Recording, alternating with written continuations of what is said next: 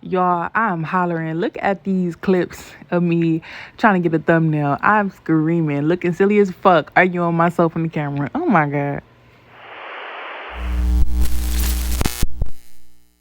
This is the emergency broadcast system. This is not a test. Repeat, this is not a test. Stay tuned for further instructions. Hey, y'all. It's Coach K. I'm back, and we're bridging some gaps today. We are definitely talking about something that I just experienced, and I know there's people out here who experience the same thing. So, yeah, let's talk about it. Let's get into it real quick. So, what I want to talk about today is not knowing how to communicate, especially in a relationship, but this is universal because people don't know how to people. So we need to talk about it because that's the first thing you do when you talk to people is communicate. So if you can't do that, you're going to run into a lot of problems in your life.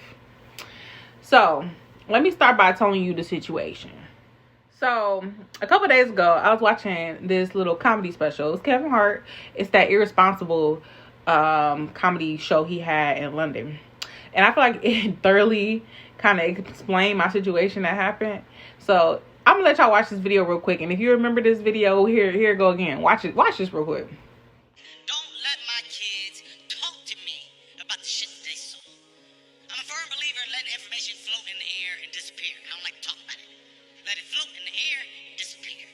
I go downstairs in the kitchen, I see my son in the kitchen. My son gave me a look that said that he wanted to ask me about what he just saw. I gave him a look back and said, don't you fucking ask me about nothing that you just saw.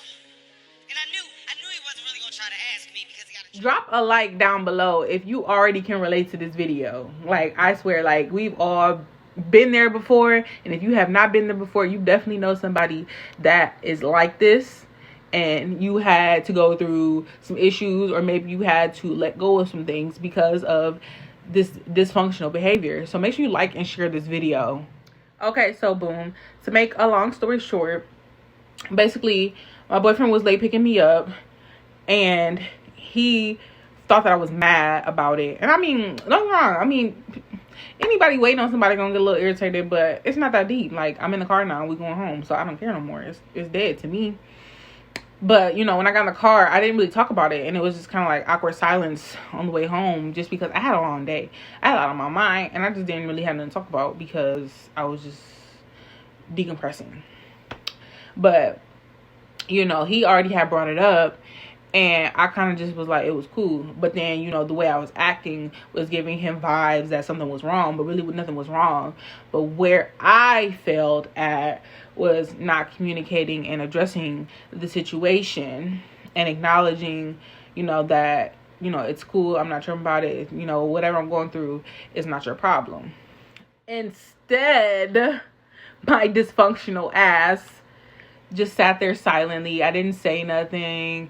You know, I was just in my own head, and I was kind of, I was kind of being attitude-ish, but it wasn't towards him. But in my head, I'm like, I'm going to keep it to myself, and I'm going to let the situation pass because I don't want him to think that I'm mad at him, and I don't want to share my attitude with him because it's not, what I have going on with me don't have nothing to do with him. So I just was quiet the whole ride. That's not okay. And I want to know, you want to know why that's okay? Not okay? Because he be trying to teach me these lessons or something, but the next day, you know, he was like, fine, that's cool. You know, we just won't talk. And I'm like, what you mean we're not talking? What do you mean? And I did not like it. When roses flip, it's not cool. And that's why I had to learn and sit and have a talk. You know, you can't just let situations linger and, you know, dissipate into the air as if nothing happened. You have to talk about it. And that's a part of communicating and peopling. You know, whether you think it's a big deal or not, that other person, you have to give them reassurance on the situation, or, you know, reassuring that, you know, whatever happened, y'all discuss it, y'all talk about it. And if it's nothing, then it's nothing. But if it is something, it needs to be talked about. But you have to have that conversation. You can't just let it disappear, because that causes a lot of situations, whether they be big or small, to go deeper and get worse, or it may be one day a real problem and somebody's not talking, and it can potentially ruin relationships. So this is why communicating is so important. No matter what type of day you have, no matter how you're feeling, you have to communicate with your partner. You can't say you love somebody and you care somebody and then treat them like shit. Whether it's intentional or not, you never know how they're perceiving your actions, and they may take that to heart. And when they're around you, they don't want to be around somebody in a negative space or negative energy, especially if you're not willing to talk about it with them. You're treating them like shit. That's not the way you treat somebody you care and love about, period. So with that being said, I got 5 tips for you to avoid these situations and be better at communicating. So tip number 1 is where I went wrong at getting into the car with the energy that I had. You always got to check yourself, check your energy before you come around somebody else. I already acknowledged that I didn't want to share my energy, but that didn't mean I had to become a different person and treat him differently because of what I was feeling. You should have either went through your emotions and had that shit checked before you got in the car, or when you get in the car or you get in that person's energy, you better be ready to talk about it, because you can't just sit up stank and acting funny and acting different and expect them to just accept it. That's selfish and that's not cool. The second place where I went wrong which is tip number 2, is when somebody's prying at you, or if there's a situation that just happened, don't be avoidant of it. Don't let them hear them talking about it, or that they want to talk about it. Regardless if you want to talk about it or not, you need to talk about it. That's just the way it is. If you don't accept that, if you don't like that, then maybe relationshiping is not for you, because you can't just let situations just disappear. That's not how it works. They're always going to be there, or they're going to build on top of each other, or you're going to have harboring feelings that may later on come out in a conversation, or may build up, and it could just make things a lot worse. So do not let things just go away. It does not go away. You need to talk about it and get through it. That's it. And then put that other person's emotions to rest. And then the third place where I went wrong is not communicating my feelings and expressing how I felt in my day and what triggered me to, again, like I said, put their emotions or what they're feeling to rest, so that they can understand, there's something else going on, so that they can be there to support you and be able to help you, and it not be misinterpreted into being something else because another situation happened that involved them.